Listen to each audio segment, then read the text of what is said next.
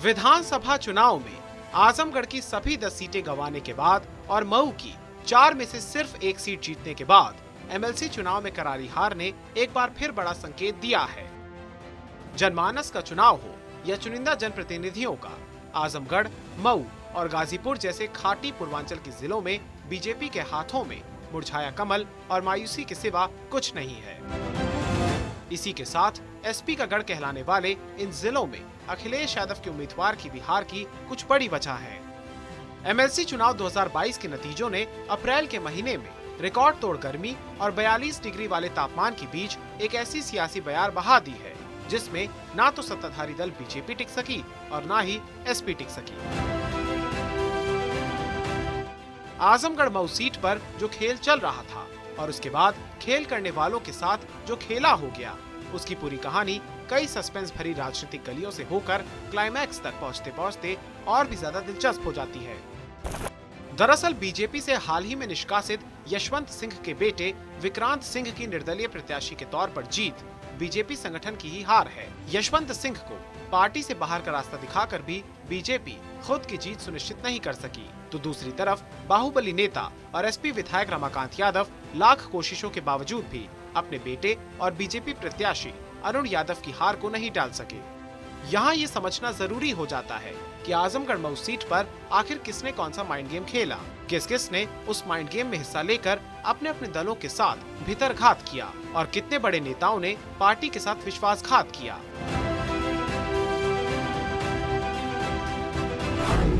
MLC चुनाव में voting से 4 दिन पहले 5 अप्रैल को बीजेपी ने एक बड़ा फैसला करके सियासी खलबली मचा दी थी।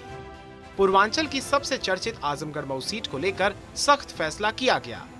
पार्टी ने मुख्यमंत्री योगी आदित्यनाथ के करीबी कहलाने वाले एमएलसी यशवंत सिंह को 6 साल के लिए पार्टी से बाहर कर दिया। ऐसा इसलिए हुआ क्योंकि उनके बेटे विक्रांत सिंह उर्फ ऋषु निर्दलीय चुनाव लड़ रहे थे। यशवंत पर आरोप लगा कि वो अपने बेटे को जिताने के लिए पार्टी से भीतरघात कर रहे हैं, लिहाजा यशवंत को बाहर कर दिया गया। फिर भी उनके बेटे विक्रांत सिंह उर्फ ऋषु ने पूरी मजबूती के साथ ये चुनाव लड़ा। आंकड़े गवाह हैं कि आजमगढ़ मऊ में लगभग हर ग्राम पंचायत से लेकर ब्लॉक तक और नगर पंचायत से लेकर जिला पंचायतों तक बीजेपी का ही दबदबा है। फिर भी पार्टी के प्रत्याशी का एक निर्दलीय उम्मीदवार से बहुत पीछे रह जाना इस बात का संकेत देता है कि गड़बड़ी थोड़ी नहीं बल्कि बहुत बड़ी है।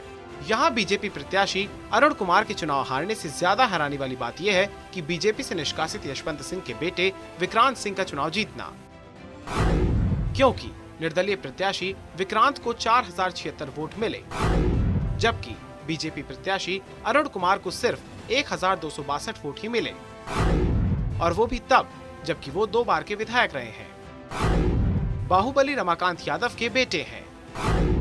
ठाकुरों के साथ मुकाबले में हमेशा उन्हें यादव वोट बैंक का सहारा मिलता रहा है।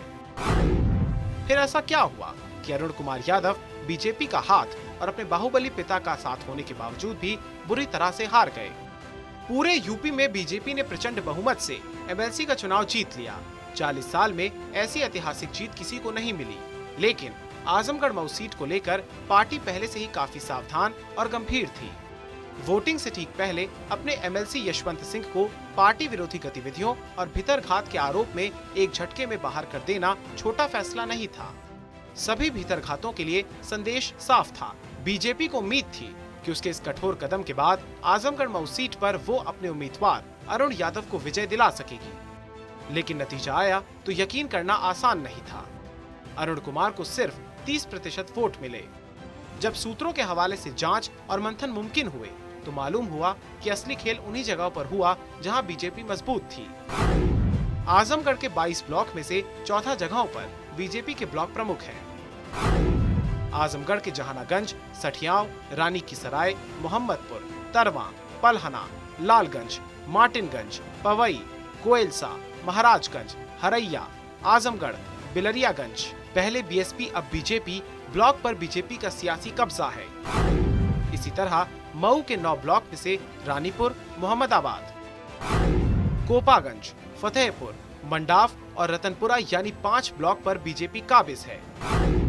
31 ब्लॉक वाले 2 जिलों में 19 ब्लॉक पर वर्चस्व के बावजूद बीजेपी प्रत्याशी की बुरी तरह हार के मायने साफ हैं। यशवंत सिंह जैसे नेता को पार्टी से निकालने के बाद भी स्थानीय संगठन ने मनमानी की, विश्वासघात किया, भीतरघात किया। पूर्वांचल के लिहाज से सियासी प्रतिष्ठा वाले जिले में हार को स्वीकार करने पर मजबूर कर दिया। सवाल ये है कि क्या यशवंत सिंह को पार्टी से बाहर करने के बावजूद स्थानीय संगठन के नेताओं और ब्लॉक से लेकर जिला पंचायत तक बीजेपी की झंडा बरदारी करने वालों को यकीन है कि उनका कोई कुछ नहीं बिगाड़ सकता, लिहाजा वो बीजेपी का पूरा गेम बिगाड़ते चले गए। विधानसभा चुनाव में बीजेपी को प्रचंड जीत के बावजूद पूर्वांचल के जिन 4 जिलों में समाजवादी पार्टी ने नाको चने चपवा दिए, वहां विधान परिषद के चुनाव में समाजवादी पार्टी जिस कदर औंधे मुंह गिरी है, उसे हल्के में नहीं लेना चाहिए। अखिलेश यादव और समाजवादी पार्टी दोनों के लिए आजमगढ़ मऊ सीट पर मिली हार बहुत बड़ी चेतावनी की तरह है। यहाँ एसपी के प्रत्याशी राकेश यादव को सिर्फ 356 वोट ही मिले। आजमगढ़ विधानसभा में सपा ने सभी 10 सीटें और मऊ में एसपी गठबंधन ने 3 सीटें जीती थी, लेकिन एमएलसी चुनाव में पार्टी उम्मीदवार को विजयी प्रत्याशी के मुकाबले 10% वोट भी नहीं मिले, यानी भीतरघात समाजवादी पार्टी में भी हुआ है। यहाँ एमएलसी चुनाव से ठीक पहले अखिलेश यादव खुद आए थे। विधायक दुर्गा यादव और बाहुबली रमाकांत यादव के साथ बैठक करके चुनावी जीत को लेकर मंथन किया था। इसका संकेत साफ था कि अखिलेश और समाजवादी पार्टी दोनों आजमगढ़ मऊ सीट को किसी भी सूरत में जीतना चाहते हैं, लेकिन नतीजा बताता है कि बाहुबली रमाकांत यादव, जो फूलपुर पवई सीट से एसपी के विधायक भी हैं, उन्होंने अपने बेटे के लिए प्रचार किया। लिहाजा समाजवादी पार्टी के कार्यकर्ताओं में ये संदेश किया कि जब बड़ा नेता और विधायक ही भीतरघात कर रहा है, तो बाकी नेता मनमर्जी कर सकते हैं। बस यहीं से समाजवादी पार्टी का सारा खेल बिगड़ता चला गया। एसपी विधायक रमाकांत यादव ने अपने बेटे यानी बीजेपी प्रत्याशी अरुण कुमार के समर्थन में बीजेपी नेताओं के साथ कई बैठकें की। तस्वीरें वायरल हुई और सियासी कंफ्यूजन फैलता चला गया कि आखिर पार्टी के लोग करें तो क्या करें। लिहाजा पार्टी के यादव नेता और समर्थक बिखरते चले गए, यानी जहां सुविधा मिली वहां वोट डाल दिया। नतीजा ये हुआ कि रमाकांत का सियासी बाहुबल और समाजवादी पार्टी की साख दोनों धराशायी हो गई। बीजेपी ने तो चुनाव से पहले ही बड़ी कार्रवाई करके एक संदेश देने की कोशिश की, तो लेकिन अखिलेश को आजमगढ़ मऊ की हार पर बड़ा और कड़ा फैसला लेना ही होगा, क्योंकि अभी आजमगढ़ में उनके राजनीतिक जीवन का सबसे मुश्किल इम्तिहान यानी उपचुनाव बाकी है। अगर भीतरघात की सजा अभी नहीं मिली तो विश्वासघात करने वाले समझेंगे कि सजा कभी नहीं मिलेगी। अगर आप इस चुनाव को अगर आप देख रहे हैं विधान परिषद के, तो सपा हो गई। मैं चुनाव के समय भी कह रहा था सपा समाप्तवादी पार्टी हो रही है, तो वो तो लगभग हो ही गई थी।